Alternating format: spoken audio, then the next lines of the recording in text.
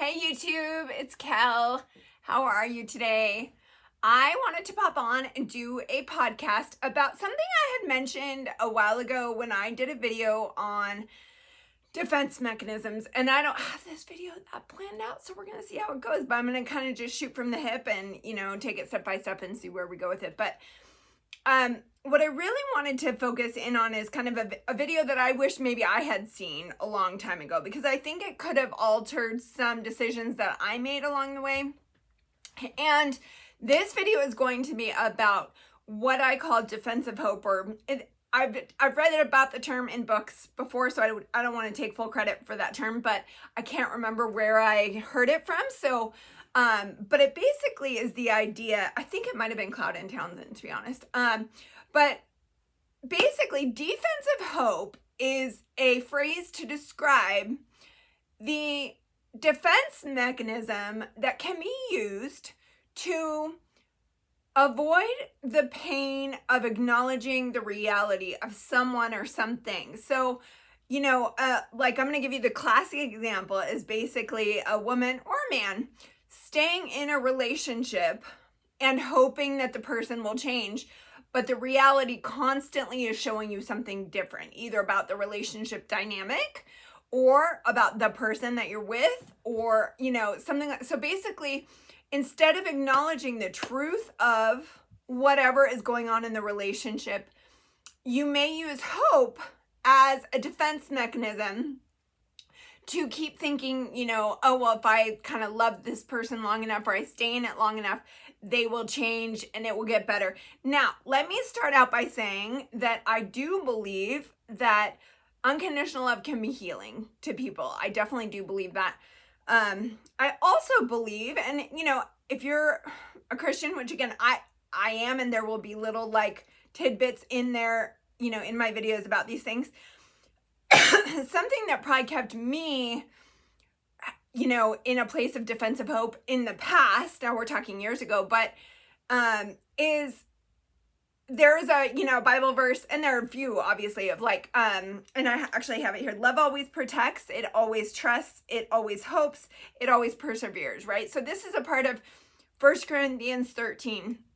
So here's what I want to say. I think what often happens is people will not acknowledge painful patterns or disrespectful patterns, and they will just kind of say, well, and I've done this too, so this was like, again, a while ago, but like I would just say, oh, unconditional love can like help heal the person. So, now what I want to say to that is I still don't disagree with that, but the longer you go in not acknowledging certain painful truths about the relationship, about the person, the more grieving you will have to do later. So it is kind of like if you are participating in defensive hope as a defense mechanism, you're avoiding the pain of the reality of whatever the situation is currently and what reality has shown you. And instead you go, oh, I just hope, I'm going to kind of like, instead of, acknowledging the pain in my heart, I'm going to hope that it's different and kind of keep putting off the grief, if that makes sense. And so meanwhile, the grief kind of keeps getting accumulated because you keep getting hurt, or you still feel pain in the process. And what's going to happen ultimately is whenever you don't acknowledge the reality of someone, it will keep showing itself to you. And eventually, you will have more grieving to do. Now, grieving is letting go of, maybe what you wanted to be and realizing kind of what is. And a lot of times there can be a sadness process in that of like, wow, it's just not what I wanted it to be. Okay. So you could, anytime you're not acknowledging the full reality of a situation and you are choosing to stay in like a hope, it's actually like you're kind of choosing to stay in a not real place, right? So you're like sitting there thinking, I'm sure, what's the answer? Because if love always hopes and it always perseveres, well, I also want to be unconditionally loving. Like, how can I do all of this, right? So I wanted to hop on and say, there is an in-between. You can still hope for the person. You can still pray for the person. You can still in your mind and heart, hope that love will persevere, while also setting boundaries, speaking your truth on how you deserve to be treated, and not accepting poor treatment. So you can do both at the same time. And I feel like a lot of times we have this culture of like, if someone is, if you decide you're going to break up with someone, it's like you're done. And you can be, that's definitely possible. If someone has shown you who they are and it's just not who you thought, and it's really not a good person. And I don't believe in like toxic, like all people are all bad or all good. But if a person shows you who they are and they're not who you want to be with, then I'm all for like, yeah, don't be with the person, but, and you should probably try to realize that sooner rather than later, even if it hurts, so that you avoid more grief and more pain later. Okay. So but there also is, you can have real hope. Again, the Bible says love always hopes, it always trusts, it always perseveres, right? And it always protects. So it's even interesting because I never used to hone in on that phrase, like love always protects. And I think that's very important because in order to protect a good love, you have to have the hard conversations and you have to realize what is reality showing you, because you cannot work on anything, you cannot protect anything if you are not seeing the truth of whatever you want to protect, right?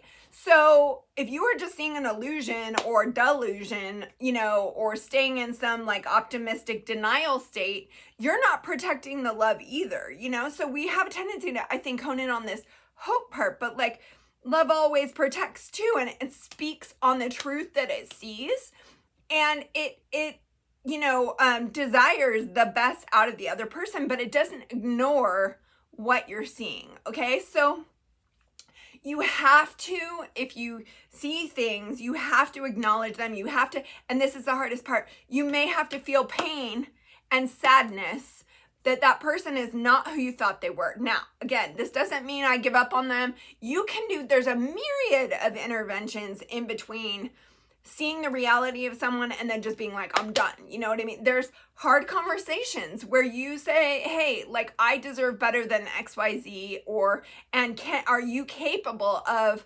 doing that? Or, also, like, again, we've talked about this, putting up boundaries, like, hey, if you continue to treat me this way, I'm going to have to take a step back, or I'm going to have to see you less, or I'm going to have to do what I have to do to protect myself and to care about myself and make sure that I'm not treated poorly so that we can protect this love, right? And so, but also it's just not going to pretend the problem is not there. One thing I have seen a lot actually when I did couples therapy is that one person, honestly it's usually a woman, throughout the course of the relationship could sometimes just sweep everything under the rug. And then 10 or 15 years later, what would happen is she would never have the hard conversations. And so she would just kind of just be like, well, this is just the way it is. This is what I have to do.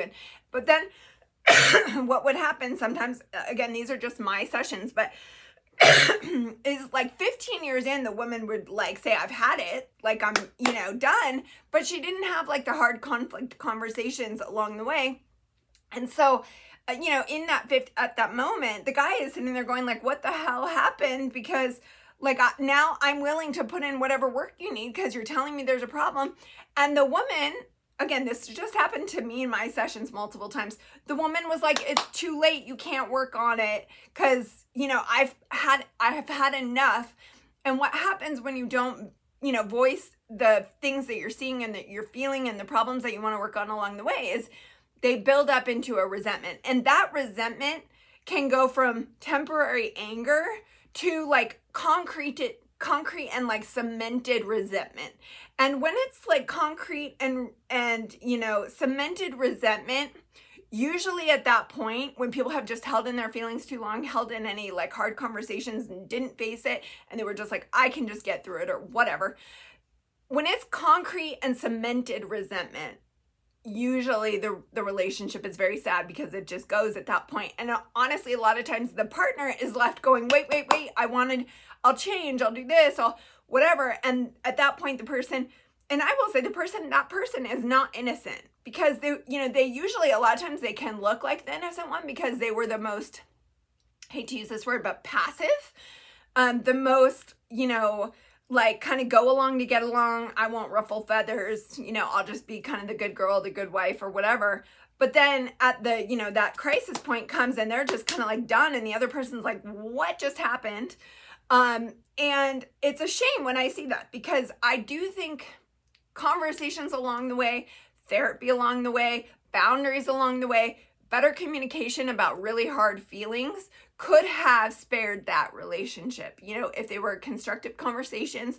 And, if you have a problem with conflict, I highly suggest going to therapy and working through, what are the fears, what comes up for you. A lot of times, and maybe I'll do this in a different video, but a lot of times people avoid conflict in relationships because conflict in their family of origin did not go well.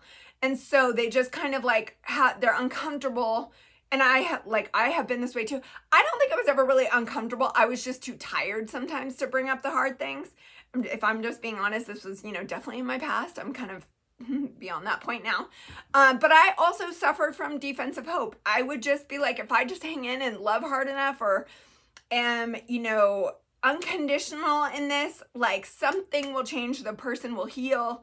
And again, God heals that way. I do believe, and I also think that humans heal other people in that way. But the point is, you can have hope about a relationship, and you can also take space and protect yourself and have firm boundaries at the same time. And that is crucial, because a lot of people, and I'm not talking about boundaries to punish people, like, well, until you change, I'm going to be over here like, meh. You know what I mean? No, it's more just like, hey, this is a thing that I'm seeing in our relationship, and we need to figure out how to change it so that we have the happiest, best relationship we can have, where we both feel respected, we both feel happy in it, we both feel cared for and seen and understood, and present with each other and all those good things. So, but if you don't have the hard conversations, if you just stay in a love, always hope state, what I have particularly seen, especially in 20 years of my practice, I have seen it just prolongs the grief that you will have to do at the end, because you kind of just let things go for so long. So that is, what I wanted to say is like, and because some people will be like, how much is too much work on a relationship? And I will never answer that question for anybody, but because it really is a very, very personal question. You could choose to put in a lot of work if you want, or you could choose to be like, I'm not going to put in a ton of work into this because I don't see the potential for return, so but the one question I have, and I actually wrote it down, is that you're participating in defensive hope when, and this is a question I would ask you, is there pain or grief that you are avoiding feeling about the person or the relationship by having defensive hope? So, and I just feel like a lot of times people we don't want to sit in discomfort. We don't want to sit in sadness. We don't want to sit in emotional pain. We don't want to sit in the reality of who a person is a lot of times.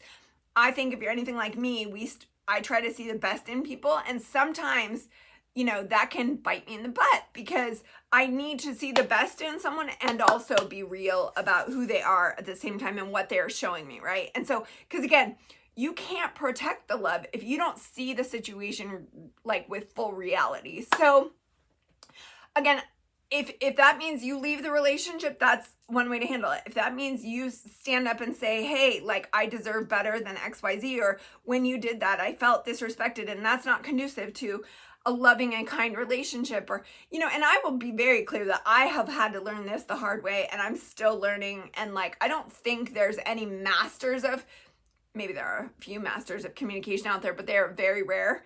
And especially when it comes to difficult, hard conversations. But I suggest that if you are staying, or you feel like you could be in defensive hope, where you are avoiding pain or grief about a situation, I highly suggest that you start seeing the person for who they really are, You can pray for them. You know, if you believe in prayer, you can pray for them from a distance. You can, you know, again, with boundaries, you can try to work it out that way. You can try to have, you know, go to therapy, go to couples therapy. There's different routes. But what does not work is pretending that that problem or that pattern in the relationship or whatever so that you avoid pain. That does not work.